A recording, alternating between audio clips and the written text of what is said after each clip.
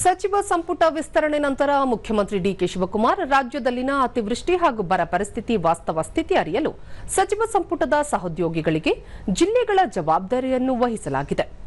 ನೂತನ ಸಚಿವರು ನಾಳೆಯಿಂದ ತಮಗೆ ವಹಿಸಿರುವ ಜಿಲ್ಲೆಗಳಿಗೆ ಖುದ್ದು ತೆರಳಿ ಪರಿಶೀಲಿಸಿ ಕಂದಾಯ ಸಚಿವರಿಗೆ ವರದಿ ಸಲ್ಲಿಸಬೇಕು ಎಂದು ಸೂಚಿಸಲಾಗಿದೆ. ಜಿಲ್ಲಾವಾರು ಸಚಿವರ ನಿಯೋಜನೆ ಇಂತಿದೆ.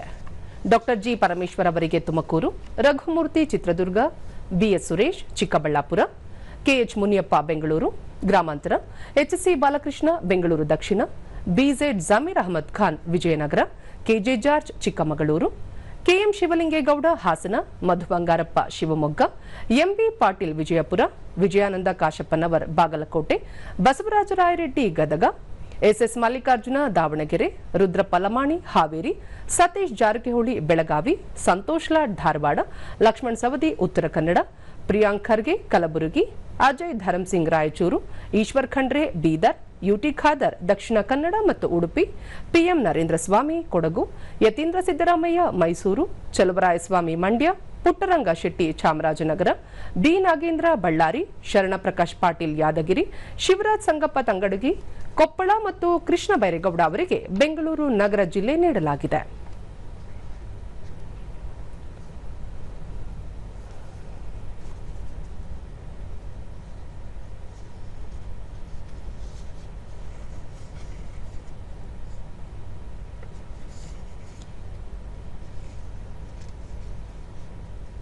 ಈ ಮಧ್ಯೆ ಸುದ್ದಿಗಾರರೊಂದಿಗೆ ಮಾತನಾಡಿದ ಮುಖ್ಯಮಂತ್ರಿ ಡಿಕೆ ಶಿವಕುಮಾರ್, ನಾಳೆಯಿಂದ ಎಲ್ಲ ಸಚಿವರು ಅವರಿಗೆ ಸೂಚಿಸಿರುವ ಜಿಲ್ಲೆಗಳಿಗೆ ಭೇಟಿ ನೀಡಿ ಖುದ್ದಾಗಿ ಪರಿಸ್ಥಿತಿಯನ್ನು ಅವಲೋಕಿಸಿ ವರದಿಗಳನ್ನು ನೀಡಲಿದ್ದಾರೆ ಎಂದು ಹೇಳಿದರು. ಪಕ್ಷದಲ್ಲಿ ಅಸಮಾಧಾನಗೊಂಡಿರುವ ಶಾಸಕರು ರಾಜೀನಾಮೆ ನೀಡಿದರೆ ತಕ್ಷಣ ಅದನ್ನು ಅಂಗೀಕರಿಸಲಾಗುವುದು ಎಂದ ಅವರು, ಈಗಾಗಲೇ 2.5 ವರ್ಷ ಪೂರ್ಣಗೊಳಿಸಿರುವ ನಿಗಮ ಮಂಡಳಿ ಅಧ್ಯಕ್ಷರು ಹಾಗೂ ಸದಸ್ಯರಿಗೆ ರಾಜೀನಾಮೆ ನೀಡುವಂತೆ ಸೂಚಿಸಲಾಗಿದೆ. ಅವರು ರಾಜೀನಾಮೆ ನೀಡಿದ ಬಳಿಕ ಹೊಸದಾಗಿ ಪಕ್ಷದ ಕಾರ್ಯಕರ್ತರನ್ನು ನಿಗಮ ಮಂಡಳಿಗಳಿಗೆ ನೇಮಕ ಮಾಡಲಾಗುವುದು ಎಂದು ಹೇಳಿದರು. ಧರಂಸಿಂಗ್ ಕಾಲದಲ್ಲಿ ಬೇರೆ ಬೇರೆ ಕಾಲ ಸಿದ್ದರಾಮಯ್ಯ ಕಾಲದಲ್ಲಿ ಎಲ್ಲ ನನ್ನ ಮಂತ್ರಿ ತಪ್ಪಿಸಿದಾಗ ನಾನು ಪರಮೇಶ್ವರ್ ಇಬ್ರು ತಾಳ್ಮೆಯಿಂದ ಇರಲಿಲ್ವಾ?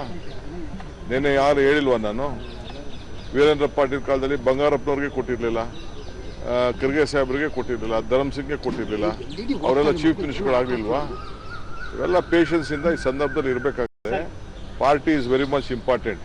ಯಾರು ರೆಸಿಗ್ನೇಷನ್ ಕೊಟ್ಟರೆ within few minutes I am going to accept. ನಾನು ಈಗಾಗಲೇ ಎಲ್ಲ ನಮ್ಮ ಬೋರ್ಡು ಕಾರ್ಪೊರೇಷನ್ ರಿವ್ಯಾಂಪ್ ಮಾಡ್ತಾ ಇದ್ದೀನಿ. ಎಲ್ಲ ನಮ್ಮ ಆಗಲೇ ಟೈಮ್ ಆಯಿತು. ಎಲ್ಲರೂ 2 ವರ್ಷ ಅಂತ ಮುಂಚಿತವಾಗಿ ನಾವು ಹೇಳಿದ್ದು, ಮಂತ್ರಿಗಳಿಗೂ ಹೇಳಿದ್ದು ಅದನ್ನು ನಾವು ಮುಂಚಿತವಾಗಿ 2.5 ವರ್ಷ. ಈಗ ಎಲ್ಲರೂ ಕೂಡ ನಾನು ರೆಸಿಗ್ನೇಷನ್ ಸಬ್ಮಿಟ್ ಮಾಡಿ ಅಂತ ಅಂದ್ಬಿಟ್ಟು ಬೋರ್ಡ್ ಕಾರ್ಪೊರೇಷನ್ಗೆ ಫಸ್ಟು ನಮ್ಮ ವರ್ಕರ್ಸ್ಗೆ ಹೇಳ್ತೀನಿ. ವರ್ಕರ್ಸ್ ಎಲ್ಲ ಫಸ್ಟು ಫಿಲಪ್ ಮಾಡ್ತೀನಿ, ಆಮೇಲೆ MLAsನ ಕರೆದು ಒಬ್ಬೊಬ್ಬರನ್ನೇ ಮಾತಾಡ್ತೀನಿ.